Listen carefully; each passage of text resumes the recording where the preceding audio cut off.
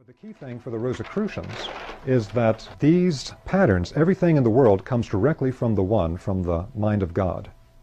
And then to be able to actually discern the different qualities and functions of things in the manifest world, including things like the different spiritual beings that everyone is connected to all the time, and to become conscious of those and how they affect us, there would be teachings hidden within geometric glyphs. Because again, the geometric glyph holds pure pattern information. It's a packed thought form from the mind of God of a pure pattern.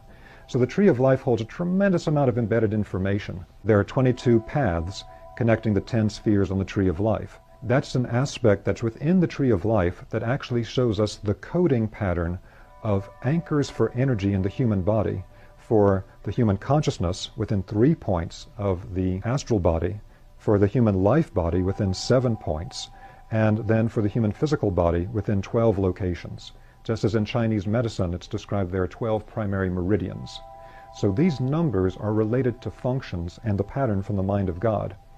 A huge amount is embedded in these, and different teachers can focus on completely different things from the same pattern, because it's holographic. It's like a jewel, and different facets have all these different things. So if we take a look at what we're looking at tonight, there's another pattern that's laid within the tree of life, which is that it has 3 different pillars inside of it. Now the 3 pillars have an interesting quality to them. On the left and the right hand pillars, which are sometimes referred to in the West as the pillars of mercy and severity, they don't go all the way up or all the way down. The only one that goes all the way up and all the way down is the central, or the middle pillar. And this is related to a very deep teaching of how to discern 3 different types of spiritual forces, or actually 3 different types of spiritual beings in the classical tradition. Now, unfortunately, this idea of discerning 3 different types of spiritual beings was primarily lost over time, so that in most external Western churches today, it's not taught anymore, unfortunately, because it was in the original tradition. And instead, things are presented only as like, there's the good spiritual beings and the bad spiritual beings. Well, the problem is, as we are created from the Godhead, the first movement from the One is into the 2. It's like the first split of the egg in the mother's womb to be the 2 different parts that will then split to become the full manifest human being. So that split into 2 is actually taking the unified aspect of the Godhead, the One, and moving into 2 opposite polarities. In the Indian tradition, they talk about this being Shiva and Shakti, these archetypal yin and yang, masculine and feminine aspects. Now this is absolutely critical, because you can't say that one is good and one is bad. You can't have a purely polarized system and say that's good, that's bad. If we have male and female, which one's good and which one's bad? But this type of thinking infects everything in the Western world today, like our politics. Well, if this side is right, that side must be wrong, sort of thing. Everything is brought into this polarized dichotomy. But the original understanding was much different. If we study classical teachings like in Tibetan Buddhism, they talk about, the path of development is not to one extreme or another. It's the middle way. It's that central path, holding a balance between 2 different extremes. And so the same thing is true on the tree of life. We have a middle path, just like the Tibetans talk about, and then things can go off balance to one extreme or another. Do you want to be too hot or too cold? You don't want either, you want to be in the middle. But this applies to everything within spiritual development. So again, we could talk a lot about this, but I want to give you the direct application of it now as a building block toward the overall concept of Rosicrucian initiation.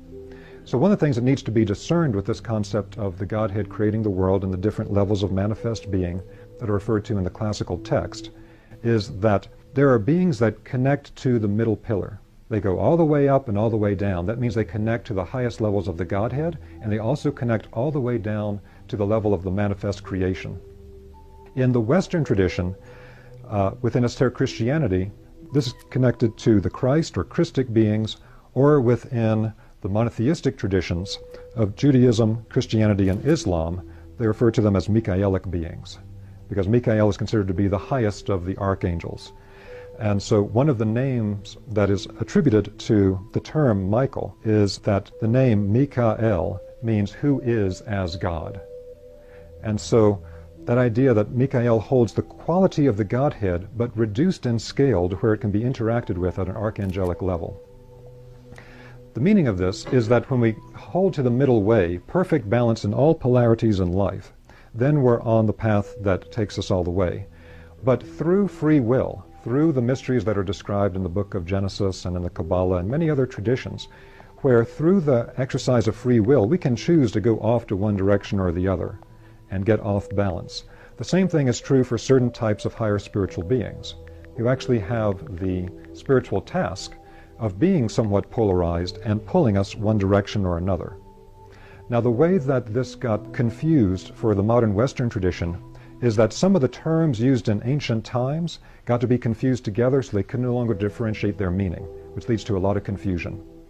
So toward one hand, toward the left-hand pillar, you have spiritual beings that don't understand or really care for the physical world. The physical world is something that seems like a place of suffering. And many of the ancient traditions of the world were heavily influenced by these beings, with teachings of the physical world being an illusion, of the physical world being a place of suffering, get off the cycle of karma and reincarnation, etc. In the Western world, it was understood that these spiritual beings are advanced spiritual beings, more advanced than human beings, and they also have tremendous spiritual light. When one encounters them, one does not encounter a being of darkness. One encounters a being of tremendous light. And so the name given to the leader of this particular spiritual group was Lucifer, and these are Luciferic beings. Now, in most traditions today, this is completely confused because the term Lucifer is completely mixed up with the term Ha-Satan, or Satan, which is a dark being. And so all differentiation is lost. Again, this is a very deep topic, talking about the consciousness and activities of these beings, and it's made doubly difficult because there's so much baggage attached to the names today that are not part of the original tradition. But that basic idea here is that to one side, you can go, even with any human being, toward a type of spiritual development where you really focus on spirit, but your physical life goes straight to hell. You know, you're not able to pay the bills, and your relationships with people suffer, and you're not taking care of business, and your life's not going that well, but you're really focused on spirit all the time, but not grounded. Now that can also lead, unfortunately, to forms of spirituality that are illusory or hallucinogenic, so that the things that are being perceived and worked with are not really real, or they're distorted through our lens in a particular way that's really not helpful. And so this is connected to what classically is referred to as the Luciferic extreme. Now, on the other hand, as you might imagine, it's the exact opposite polarity. If one is connecting to spirit, but not really following the full process of creation in matter and connecting to that, then the other is going to be deeply connected to matter. It's going to be deeply connected to the process of linking onto the physical materialization process and loving physicality. So human beings can fall into this as well by becoming completely materialistic, so that we don't even believe that spirit exists. Spirit is some type of illusion that we have. There's nothing but random evolution over time through completely physical biological processes, and there is no spirit, there's nothing of that kind.